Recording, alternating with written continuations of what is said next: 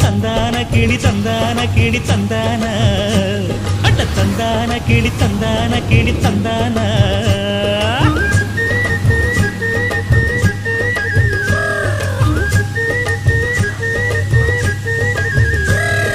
நீ என்ன தென்மதுரை அரசாணியா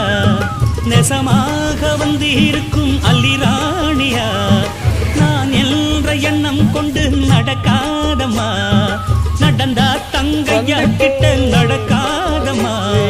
இல்லாதத பொல்லாதத எல்லாருக்கும் சொல்லாது எம்மா எம்மா சும்மா சும்மா அங்கே இங்கே துள்ளாது